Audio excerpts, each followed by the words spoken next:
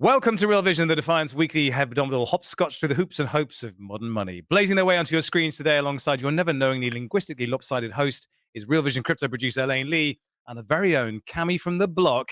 It's Camilla Russo. Welcome, team. Welcome back to this trio of triumphalism on the screen.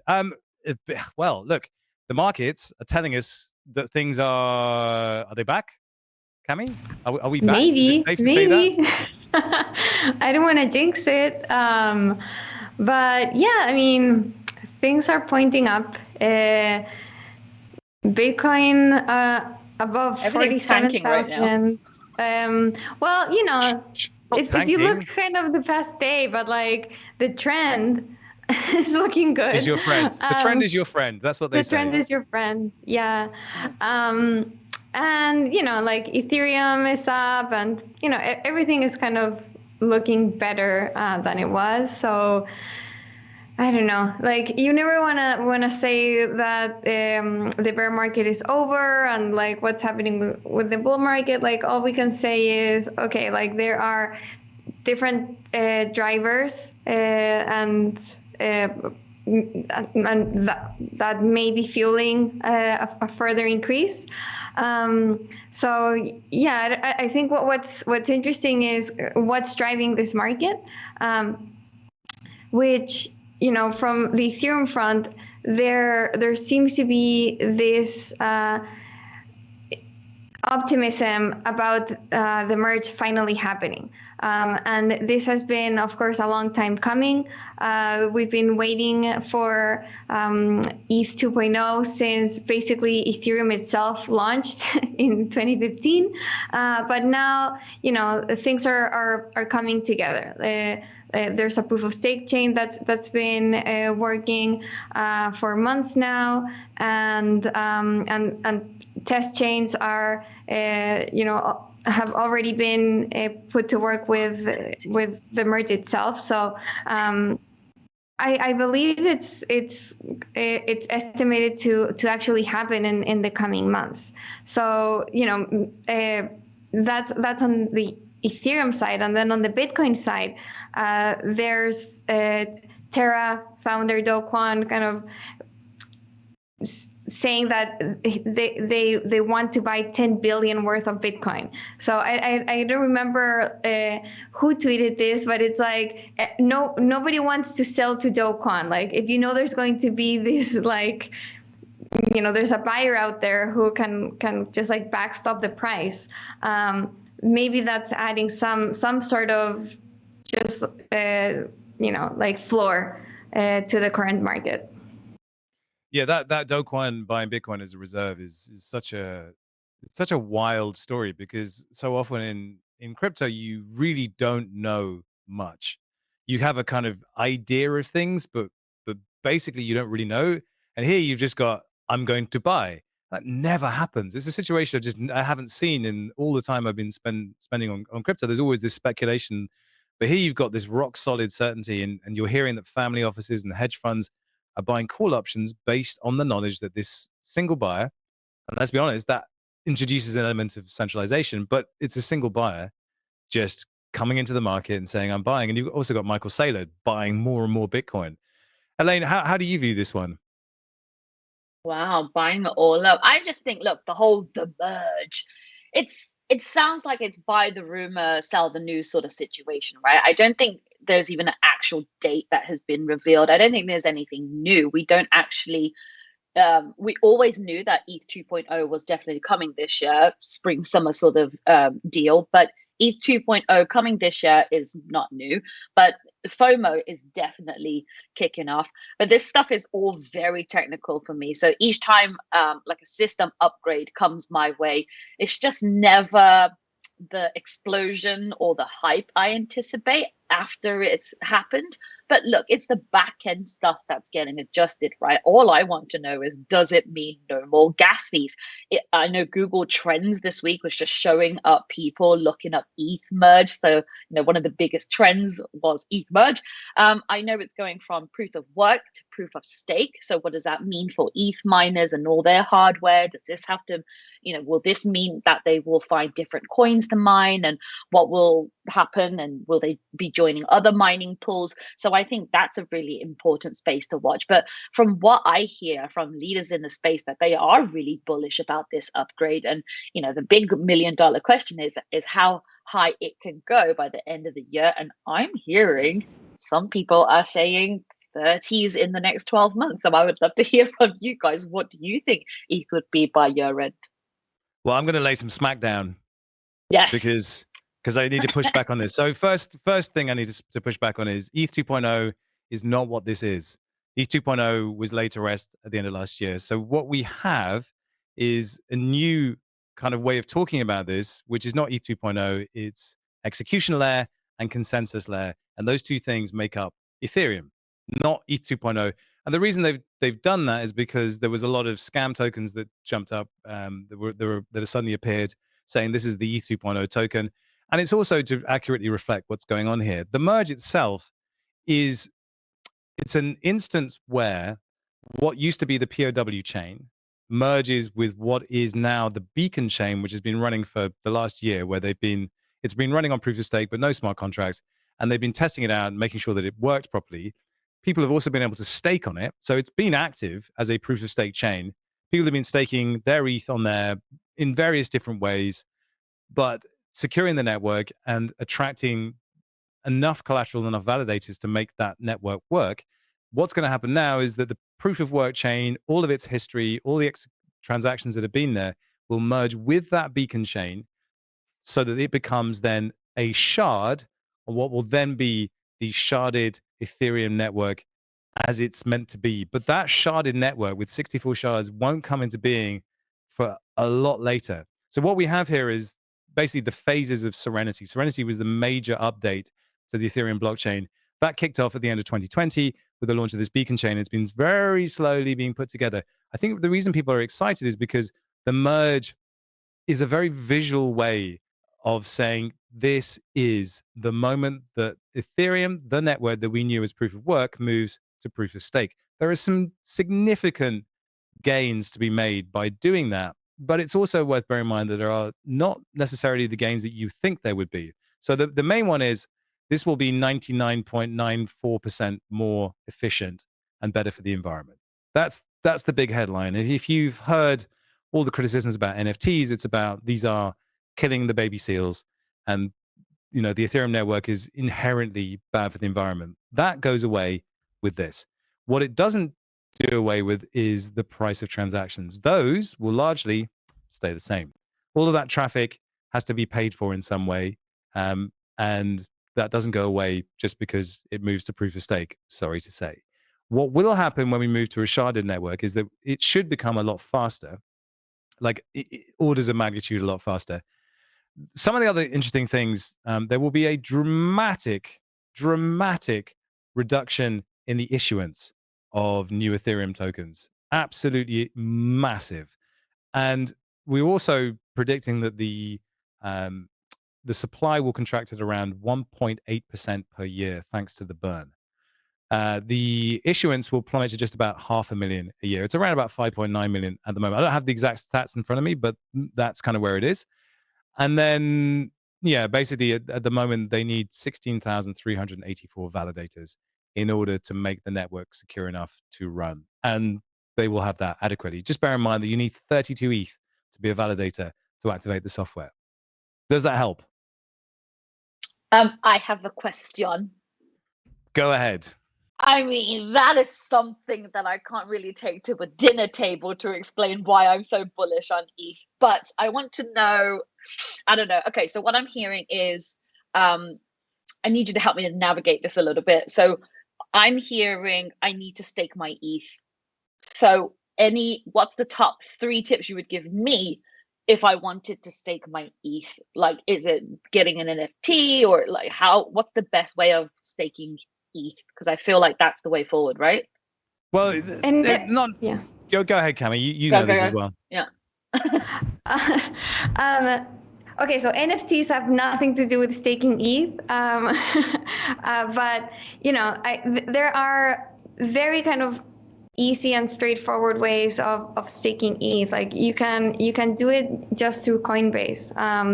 Coinbase is running, Ethereum validators, and you can use just like a centralized entity like that. Lido is a popular way of staking ETH. I think right now they are the most popular avenue for that.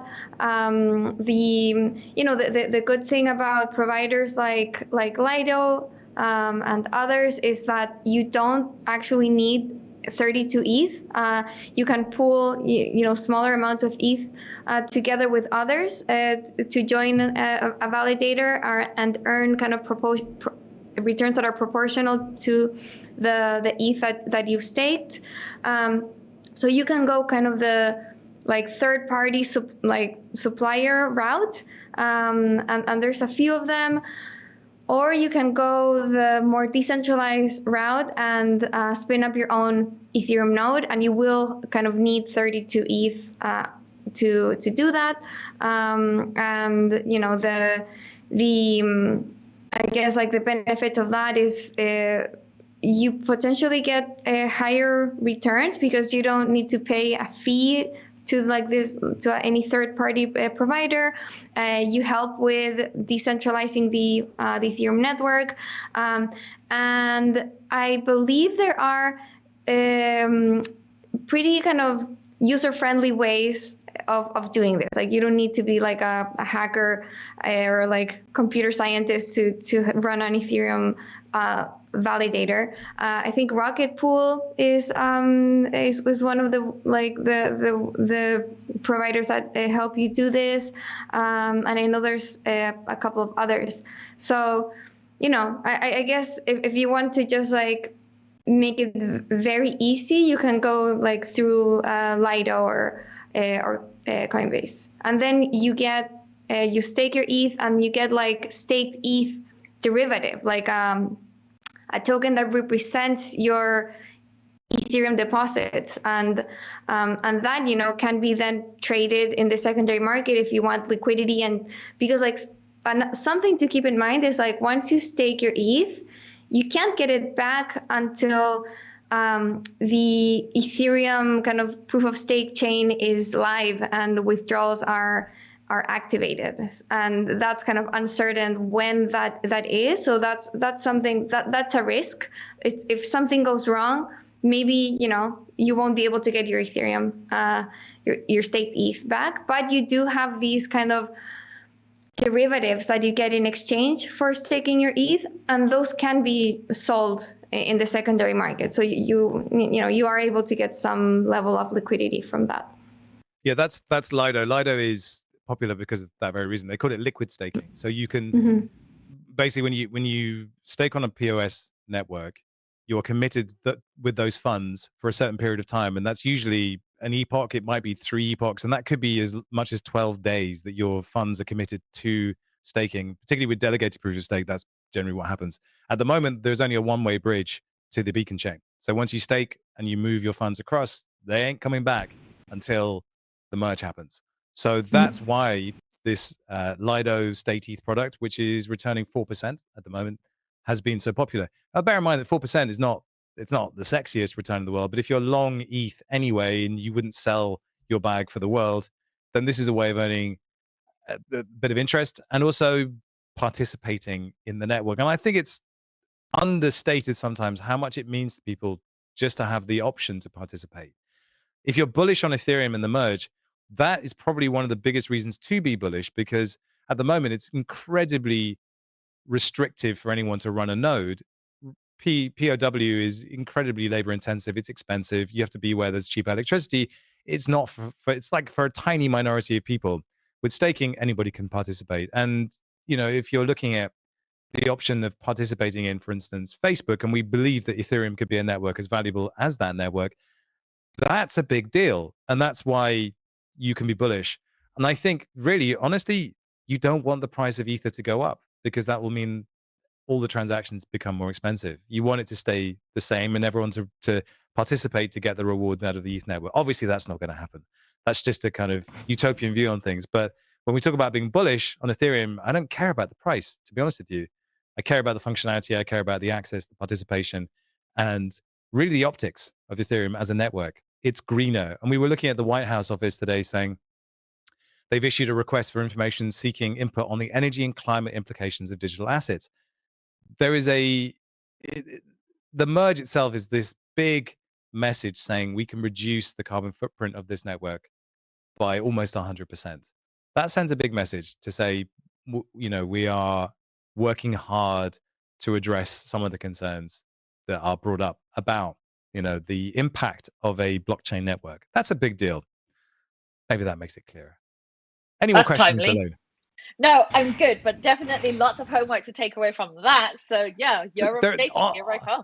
Honestly, there isn't. There's been a test net been running for a year. That test net works.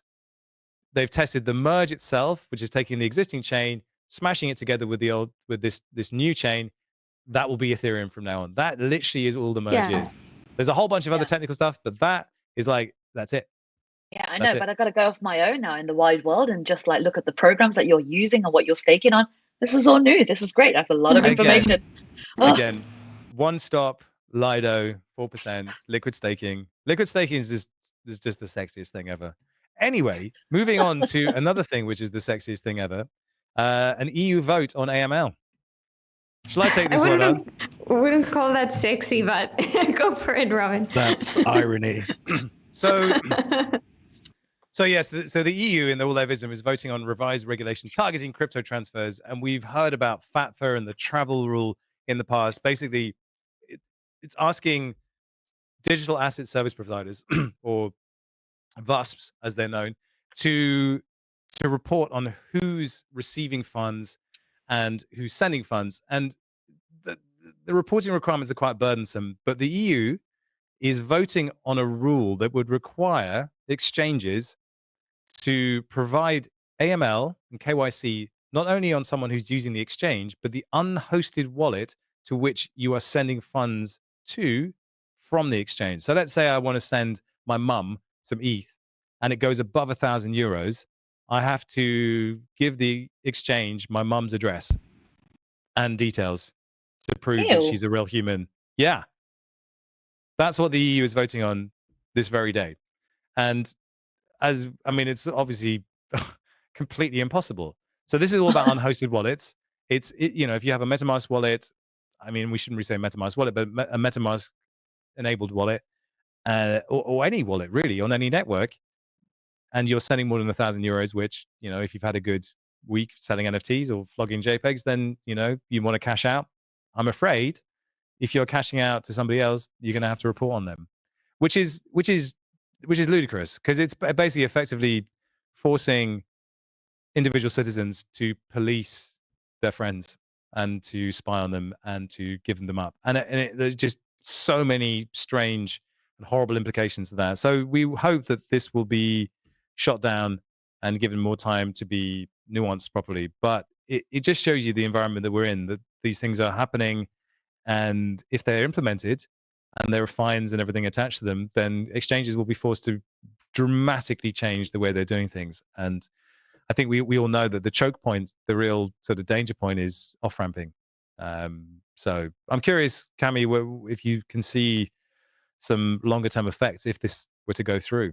Well, this is really dangerous. It does have the potential to really limit DeFi adoption and development and innovation in one of the largest economic sectors in the world. So it would be very bad if this went through. It would effectively mean that people using non-custodial wallets like MetaMask or self-custody wallets won't be able to transact with exchanges, with centralized exchanges, or with any sort of centralized platform that is complying with EU regulation. So what this does is it really kind of breaks that bridge between DeFi and CeFi, and it would force users to kind of go further down kind of the decentralization spectrum and have DeFi stay very much kind of in the Wild West, which I think that's really bad for adoption. And I think it goes against what regulators should want, which is, a more level playing field where people can access both CeFi and DeFi, and everything is more transparent. I think this is a bad way of approaching regulation in crypto and decentralized finance, because they are trying to apply rules of the old system into a new system rather than using the tools of the new system to enforce regulation. Like analysts have come so far with chain analysis, right? And they've been able to track down criminals and spot suspicious transactions with like blockchain analysis. So why not use that? Why not use the tools that the blockchain technology enables to track down potential kind of wrongdoing, than try to apply kind of these old system rules like KYC, AML to blockchain users. I think like a much better way of regulating this would be to use chain analysis to spot whenever there's like some suspicious transaction and track those specific addresses down, rather than have to have everyone give away their personal information regardless of whether their transaction is suspicious or not. That's just like a huge infringement on privacy, and again it really threatens to limit innovation and DeFi adoption in the EU.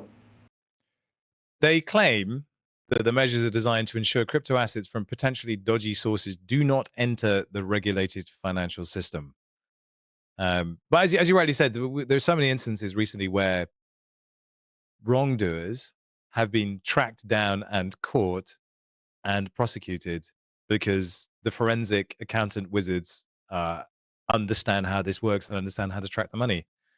And it's astonishing that we're suddenly in this position of presumed guilty for everybody, right, from the get-go. It's like, how did we get there? Like, there is this headline that blockchain and Bitcoin is for money laundering and for terrorists and for pedophiles. And it's like somebody somewhere just bought that and gone, oh my gosh, we can't have this. it's the battle we're facing. And it kind of gives us an interesting segue to the next big story that kind of popped up yesterday, which was this hack on the Ronin Bridge, which is Axie Infinity, one of the massive success stories of last year, play to earn, a huge game where we heard people in the Philippines playing this game and able to subsist and support themselves during the pandemic. And Axie Infinity built their own chain, and there's a bridge to that chain that enables people to move value backwards and forwards. And I think we discussed this last week, but bridges are incredibly vulnerable. And here we have an exploit for more than $600 million. This is a huge, huge story. Elaine, you were at NFT LA, and the CEO of Axie Infinity was there. What did he say? The Jiho, that's right. Your girl this week is in LA. That's why I'm in some random hotel room. So I think the heart drop moment is when the network basically tweeted out, "We are working with law enforcement officials, forensic cryptographers, and our investors to make sure that all funds are recovered or reimbursed. All of the AXS and RON and SLP on Ronin are safe right now." And this is where Jiho, the CEO of Axie Infinity, was the opening speaker at NFT LA, and it's sort of like this was everybody was going into this massive conference room knowing that this has happened. But it seems like people were actually unperturbed by the news. I think if you're part of the Axiom community right now, and if you're natively gaming and building on Web3, you know, the bigger the community you're is, the more vulnerable and more of a victim you're going to be prone to a hacker attack. And, you know, it's important to also note that the Axie community is really a community that is on another level when it comes to the power of community, because you see everybody just ramp up and activate and just talk to one another and problem solve with one another. And you know, it's just another hurdle that Axie will have to combat. And you know, there's team members here in LA. The event that they organized in LA still happens, so I would love to have been a fly on the wall for talking to many Axie fans there. But you know, he said that Jiho was. He said on stage that we've realized the Ronin network has been exploited for 173,000 Ethereum. That's around $25 million in USDC. It is one of the bigger hacks in history. And he continued to say that we believe in the future of the internet, that it is opened and owned by the users. And then just to give you another reaction from Andrew Campbell, and he is the program lead from Sky Mavis HQ, and he said, you know, tweeted out that tough day, but for everyone, the Sky Mavis team is heads down and focused on finding the best possible solutions. We are on full steam ahead with meeting up in LA tonight, and still excited to see the fans that have already traveled to the event. But, you know, for me, who is someone had their introduction to the whole Axie Infinity team, just start by watching their 20-minute documentary on Play to Earn around users using the program in the Philippines. Just a lovely documentary to really understand how Axie Infinity works from all different kinds of generation using that game. You know, that was in August. For me, it's just, I see a young leader in the space that has matured very quickly over just a little bit over the past 6 months.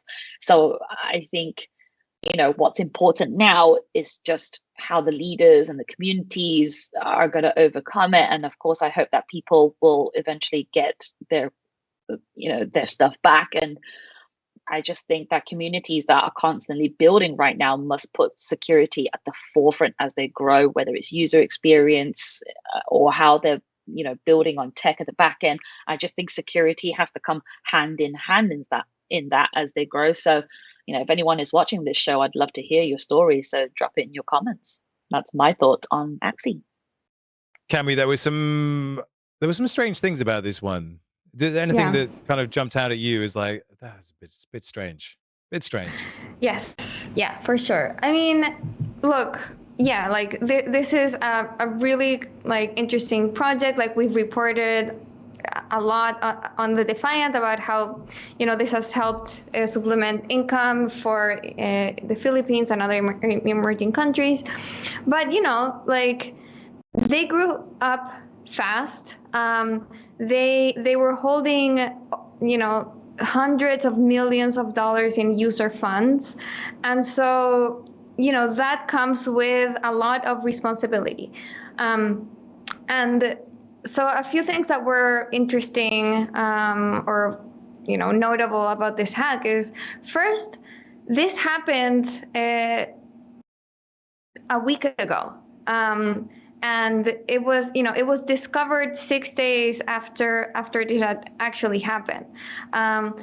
So I think, you know, that was like pretty mind blowing. Like, how can $600 million disappear and nobody noticed? Like, there's something off there in kind of the chain of command, or like whoever needs to be overseeing this bridge, or, you know, like the security, the people responsible for security. I mean, that's pretty mind blowing. That just you know, people just noticed yesterday, because there was a user that reported that they were not able to withdraw 5,000 ETH from the bridge, and so that called the attention of, oh, there's something wrong, and so that kind of pointed to funds being missing.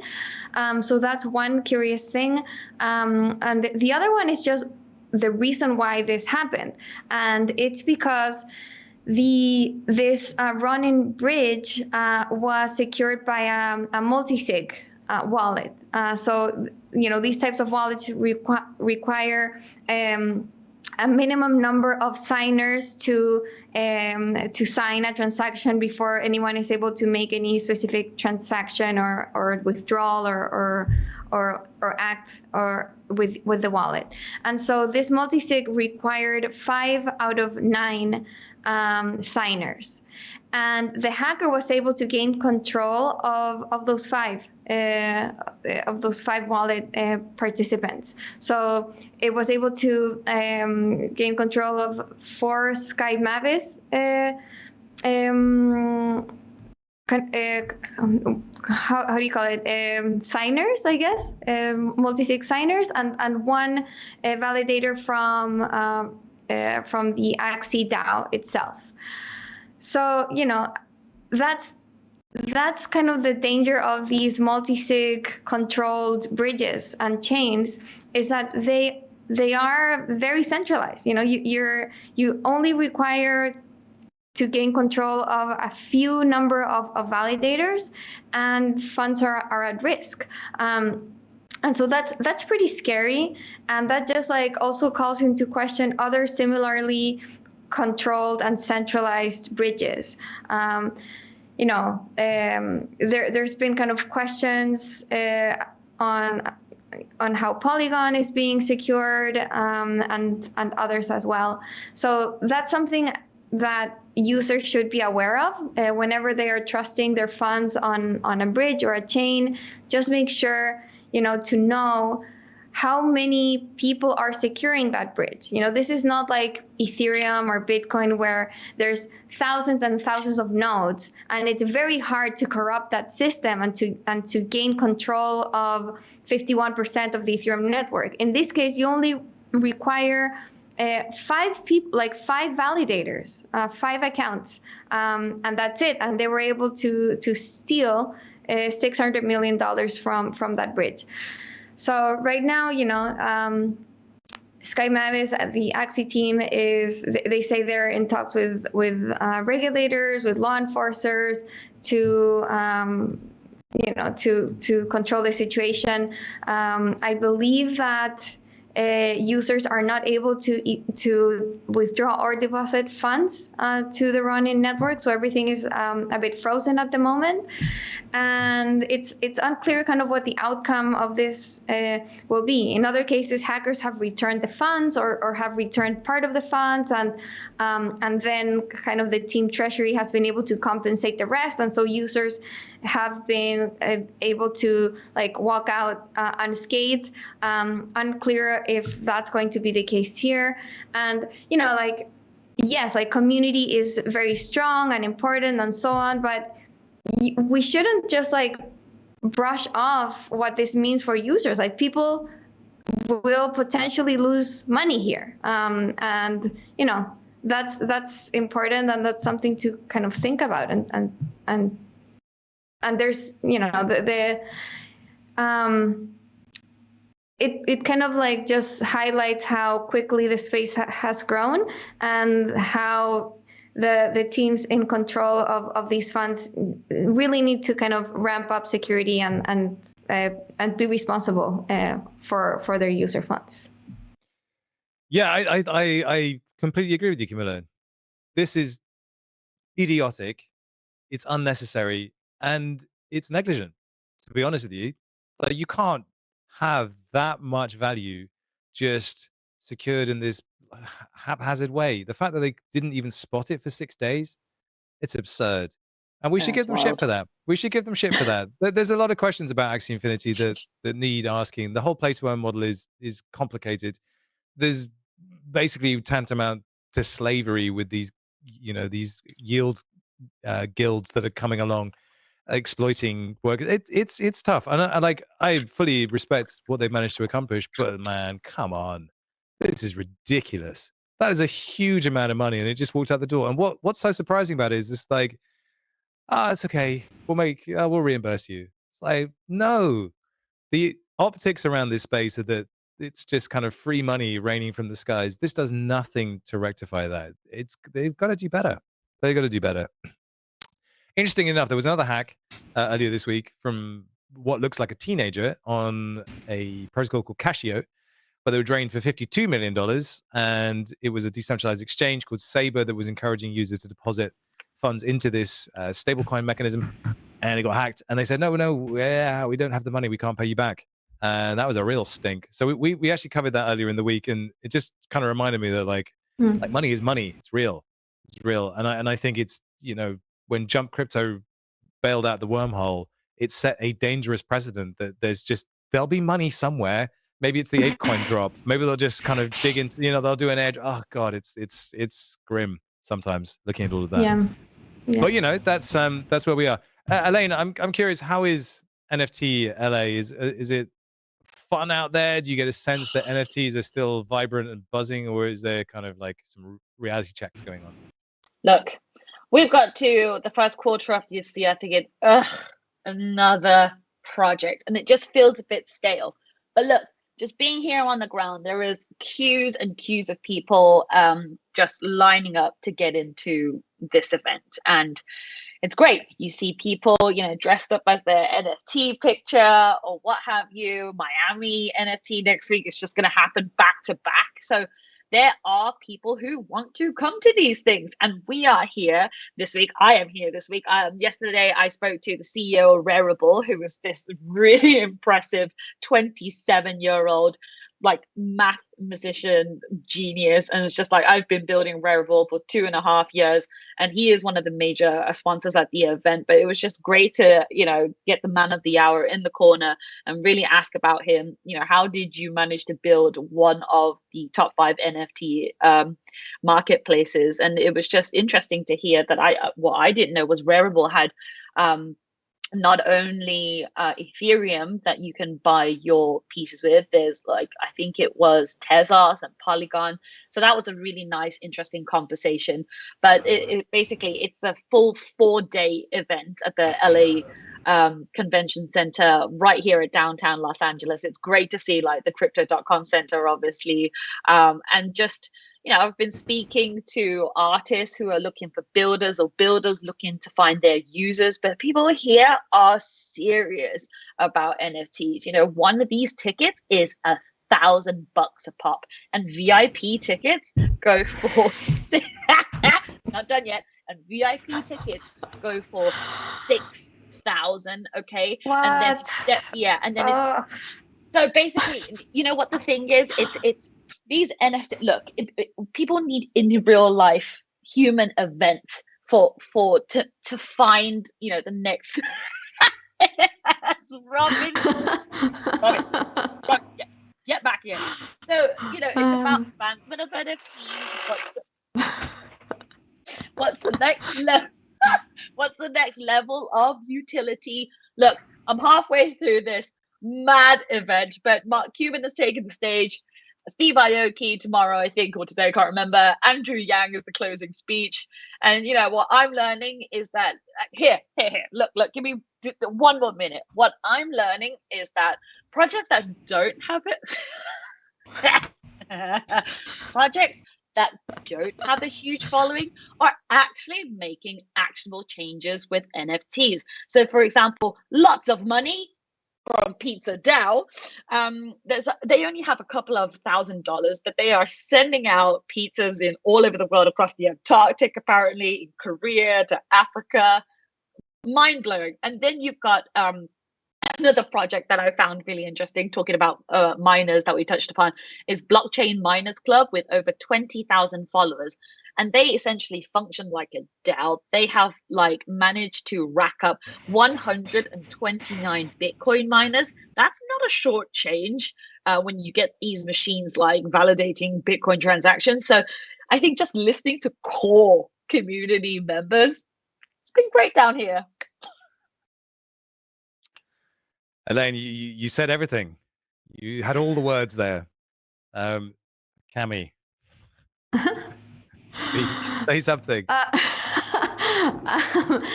Look, like I appreciate kind of the enthusiasm. I guess like I'm a little bit jaded. Call it kind of years of like watching these cycles go up and down, and projects like rush into the space and then kind of drain the space, and I don't know. It's just like a very kind of hyped up cycle with NFTs. And I don't know, people spending $6,000 in a ticket to a conference. That's I don't know. That's way too much. That's a real kind of top signal to me. It's like, what are you like? What's your return on that ticket? Like, what are you trying to get? You know, it's like. Can I tell don't- you something else? So What? there's like a Google Doc. There's A like Google Doc of events, and it just goes on There's and a on. There's a Google Doc which has nothing to do with NFTLA that's going around. So for the people who don't attend the LA NFTLA can still participate with the crowd. Of course, like I think everyone here agrees that NFTs are a technology that's here to stay. Like, of course, like digital property, digital ownership. Yes, like fully behind NFTs. I think they're a revolutionary invention. They will be a key building block for crypto and blockchain. But just like the current hype cycle of like NFT kind of avatar PFP project after avatar project, it's like it's too much. Like I don't see any kind of real innovation here. They all look like the same. I'm so tired of the publicity stunts. I'm so tired of like the celebrities and influencers just like plastering an NFT on their avatar, and you know it's. I don't know. I am kind of a bit jaded from all like we've had this happening for like how many months now? It's like okay, I think it's enough. Like just like calm down. Let's bring it back to earth. Let's bring kind of real utility to like NFT technology, and yeah, I don't know. That's kind of my take. But on that note, I believe NFT NYC coming over to you very shortly. Oh yeah. Be there or be square. Or square image, a square JPEG. Yeah. Yeah. Well, that's a fitting place to kind of leave things open-ended and slightly skeptical and cynical, and we'll leave Elaine Lee to chug as many margaritas as she can handle in the presence of all those crypto bros. In other news, Solana was going to integrate with OpenSea, joining Polygon. I'm not sure how I feel about that, but I guess it's a thing. So that really gives us a chance to wrap it up and stop aping into each other's conversations. And maybe we can agree on one thing, which is that this is the end of the show. Thanks for joining us. We'll see you next week. This is Real Vision versus the Defiant.